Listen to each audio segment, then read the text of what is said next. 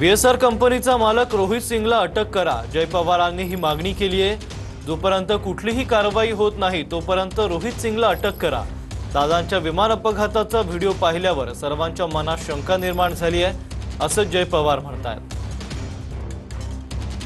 अपघात का घातपात मला माहिती नाही। ज्या लोकांनी तो व्हिडिओ बघितला त्यांच्या सगळ्यांच्या मनात शंका आहे, प्लेन असं होऊ शकत नाही, आपल्या सगळ्यांना माहिती आहे। तर त्याच्यात मी पण तो एक व्हिडिओ टाकला रोहित सिंगचा विमानात झोपलेला, तिथं पण मी लिहिलं की यांच्यावरती अटक करा। जोपर्यंत कुठली कारवाई होत नाही तोपर्यंत त्यांना अटक करून ठेवा।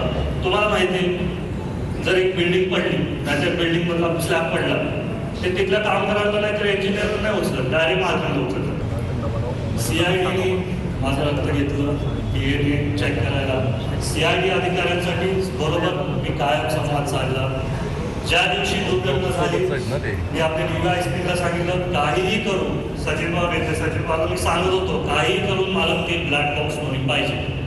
दोन्ही ब्लॅक बॉक्स मिळाले, दोन्ही ब्लॅक बॉक्सचे फोटो आपल्याकडे, पण कारवाई होऊ द्या, अहवाल येऊ द्या, पण नंतर एकदा पूर्ण भाग आल्यावरती आपण बोलू। त्यांना मी बोललो माझे काय मुद्दे होते ते होताना स्वतःनेच सांगितले, तर मी परत जाऊन तेच बोलायचं। तर आपण पुढे गेलो, आपण नवीन मुद्दे मांडायला पाहिजे, खरे मुद्दे मांडायला पाहिजे। 28 तारखेला थोर रडू शकलो, दादांचं रक्त आहे, शेवटचं